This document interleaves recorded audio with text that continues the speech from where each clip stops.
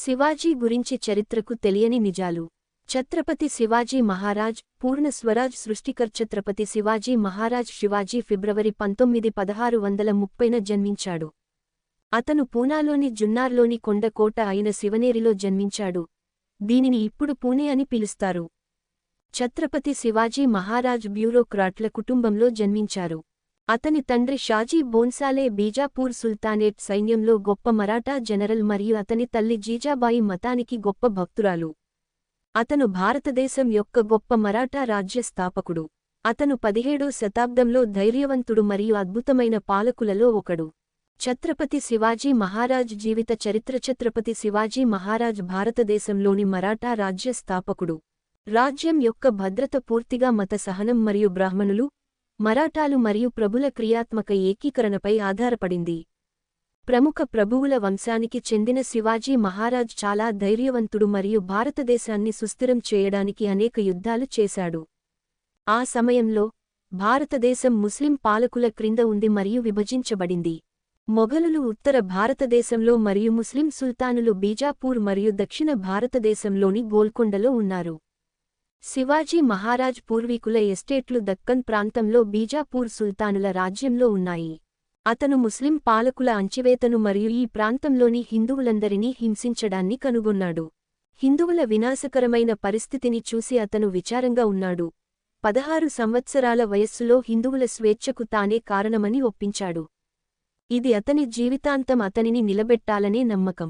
ఛత్రపతి శివాజీ మహారాజ్ బాల్యం మరియు ప్రారంభ జీవితనతను రామాయణం మరియు మహాభారతం కూడా చదువుతూ పెరిగాడు. అతను మతపరమైన బోధనలపై, ముఖ్యంగా హిందూ మరియు సూఫీ సాధువుల పట్ల తీవ్ర ఆసక్తిని కనబరిచాడు. అతను తన తల్లి జీజాబాయి మరియు అతని నిర్వాహకుడు దాదోజీ కొండ్ డియో వద్ద పెరిగాడు. అతని తండ్రి తన రెండవ భార్య తుకాబాయితో కర్ణాటకకు వెళ్లిన తర్వాత దాదోజీ అతనికి గుర్రపు స్వారీ, విలువిద్య, పట్టా మరియు అనేక ఇతర పోరాట పద్ధతులను నేర్పించాడు. ఛత్రపతి శివాజీ మహారాజ్ విజయాలు. ఈ ఉద్దేశ్యంతో శివాజీ మహారాజ్ బలహీనమైన బీజాపూర్ అవుట్పోస్టులను మరియు అతని అనుచరులను స్వాధీనం చేసుకోవడం ప్రారంభించాడు. ఈ ప్రక్రియలో అతను తన ప్రభావవంతమైన కొన్ని మతవాదులను నాశనం చేశాడు. వారు సుల్తానులతో కలిసిపోయారు.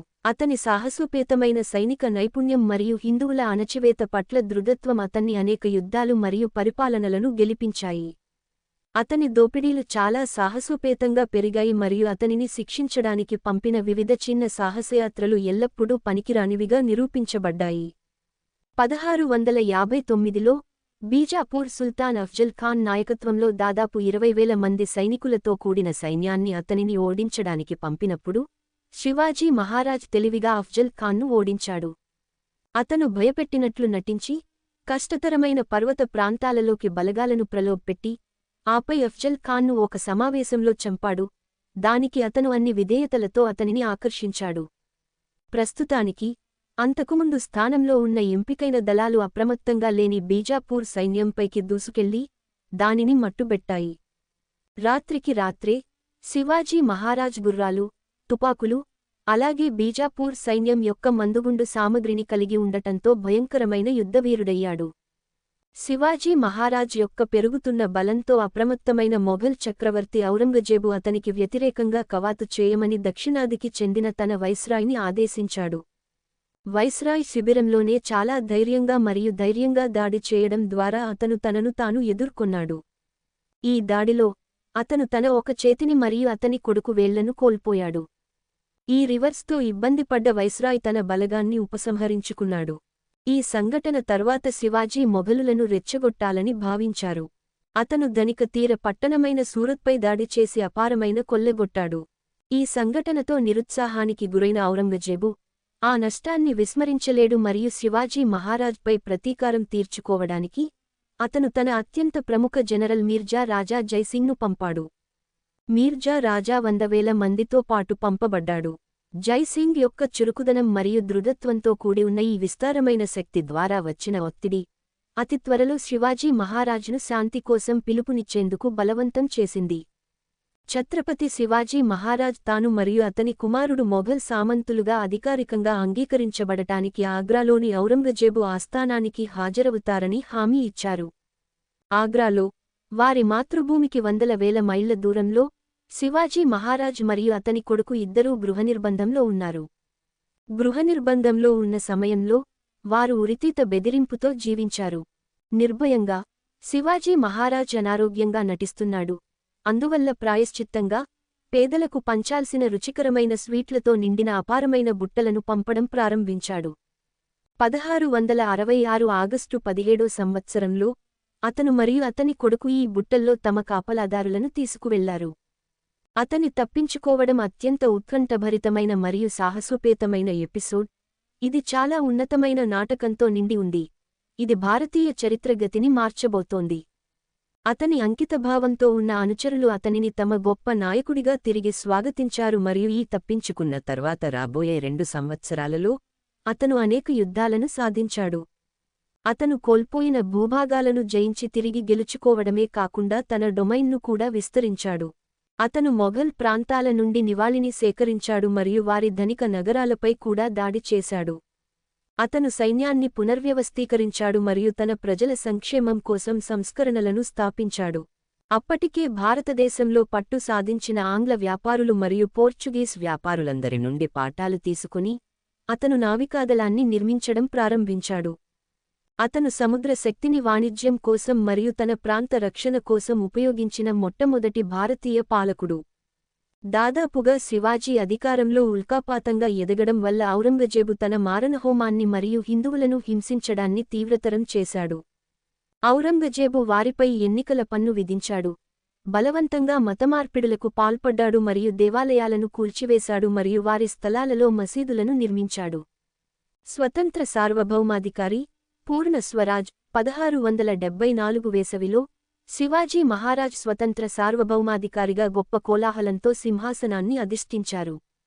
అంచివేయబడిన హిందూ మెజారిటీ మొత్తం అతనిని తమ గొప్ప నాయకుడిగా సమీకరించింది. 8 మంది మంత్రులతో కూడిన మంత్రివర్గం ద్వారా దాదాపు 6 ఏళ్లపాటు ఆయన తన డొమైన్ను పాలించారు. హిందువులను ఆరాధించిన ఛత్రపతి శివాజీ మహారాజ్ తన మతాన్ని రక్షించే వ్యక్తిగా గర్వించబడ్డాడు. బలవంతంగా ఇస్లాంలోకి మార్చబడిన తన బంధువులలో ఇద్దరిని తిరిగి హిందూమతంలోకి తీసుకోవాలని ఆదేశించడం ద్వారా సంప్రదాయాన్ని ఉల్లంఘించాడు. క్రైస్తవులు, అలాగే ముస్లింలు ఇద్దరూ తమ మతాలను తరచుగా జనాభాపై బలవంతంగా రుద్దుతూనే ఉన్నప్పటికీ అతను విశ్వాసాలను గౌరవించాడు మరియు 2 వర్గాల మతపరమైన స్థలాలను రక్షించాడు. హిందువులతో పాటు అనేక మంది ముస్లింలు కూడా ఆయన సేవలో ఉన్నారు. అతని పట్టాభిషేకం తరువాత అతని అత్యంత గొప్ప ప్రచారం దక్షిణాదిలో జరిగింది. ఈ ప్రచార సమయంలో అతను సుల్తానులతో పొత్తు పెట్టుకున్నాడు మరియు మొత్తం ఉపఖండం అంతటా వారి పాలనను విస్తరించడానికి మొఘలుల గ్రాండ్ డిజైన్ను నిరోధించాడు. శివాజీ మహారాజ్ జీవిత భాగస్వాములు మరియు పిల్లలు శివాజీ మహారాజ్కు పలువురు భార్యలు మరియు 2 కుమారులు ఉన్నారు. అతని పెద్ద కొడుకు ఒక దశలో మొఘలులను ఓడించి అతి కష్టం మీద తిరిగి తీసుకురాబడ్డాడు. ఛత్రపతి శివాజీ మహారాజ్కు 8 మంది భార్యలు ఉన్నారనే విషయానికి చాలా మందికి తెలియదు. అతని మొదటి భార్య సాయిబాయి, నింబాల్కర్ అని కూడా పిలుస్తారు. ఇతర భార్యల పేర్లు సోయారాబాయి, మోహితే, పూతలాబాయి, పాల్కర్, సక్వర్బీ గైక్వాడ్, సంగునాబాయి మరియు కాశీబాయి జాదవ్. అతని మొదటి భార్య సాయిబాయి అతనికి సంభాజీ మరియు 3 కుమార్తెలను కన్నది. సోయారాబాయి అతనికి రాజారాం అనే కొడుకు మరియు దీపాబాయి అనే కుమార్తెను కన్నది. అతని ఇతర పిల్లలు అతని భార్య సగునబాయి నుండి రాజ్కున్వర్బాయి మరియు సక్వర్బాయి నుండి కమలాబాయి. 1659లో అతని మొదటి భార్య సాయిబాయి దీర్ఘకాల అనారోగ్యం కారణంగా చాలా చిన్న వయస్సులోనే మరణించింది. శివాజీ మహారాజ్ ఎలా చనిపోయాడు? శివాజీ మహారాజ్ మరణానికి గల ఖచ్చితమైన కారణం ఇంకా తెలియరాలేదు. హనుమాన్ జయంతి సందర్భంగా శివాజీ మహారాజ్ మరణించినట్లు సమాచారం. ఎందరో పండితులు, చరిత్రకారులు ఆయన తీవ్ర అనారోగ్యంతో మరణించారని చెప్పారు.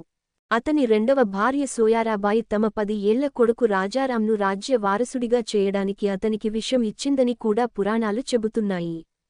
ఛత్రపతి శివాజీ మహారాజ్ ఆవిర్భావం 16వ శతాబ్దానికి భారతదేశంలోని దక్కన్ ప్రాంతం ఢిల్లీలో స్థాపించబడిన మొఘల్ సామ్రాజ్యం కిందకు వచ్చింది.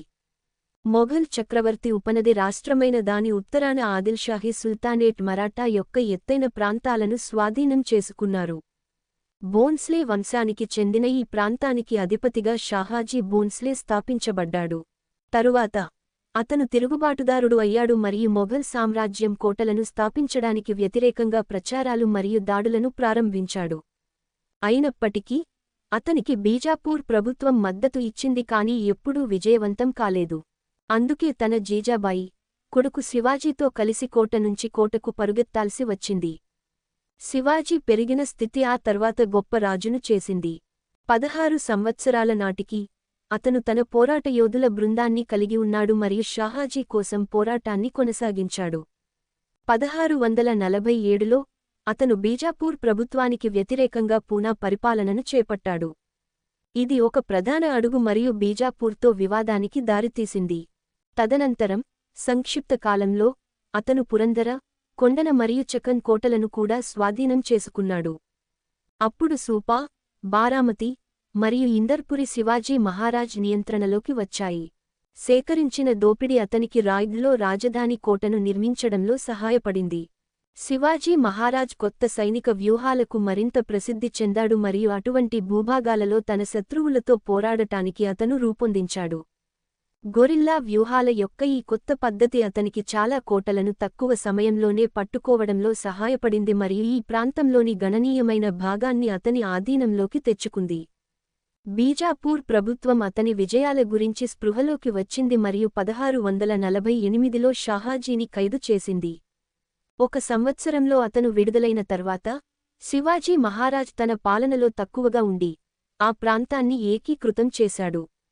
1656లో అతను మళ్లీ తన దాడులు మరియు ప్రచారాలను ప్రారంభించాడు మరియు మహాబలేశ్వర్ సమీపంలోని జావలి లోయను స్వాధీనం చేసుకున్నాడు. అదనంగా, శివాజీ మహారాజ్ బీజాపూర్కు చెందిన ఆదిల్ షా ఆధ్వర్యంలో దేశ్ముఖి హక్కులతో అనేక ఇతర కుటుంబాలను విజయవంతంగా లొంగదీసుకున్నారు. ముగింపులో, శివాజీ జీవితం మరాఠా ప్రాంతాన్ని చుట్టుముట్టిన రాజ్యాలతో శత్రుత్వంతో నిండి ఉంది మరియు యుద్ధాలతో పోరాడటానికి కూడా సంధి చేసుకుంది. చివరగా, అతను మరాఠా రాజ్యాన్ని స్థాపించాడు మరియు ఇప్పటికీ భారతదేశానికి గొప్ప రాజుగా జ్ఞాపకం చేసుకున్నాడు.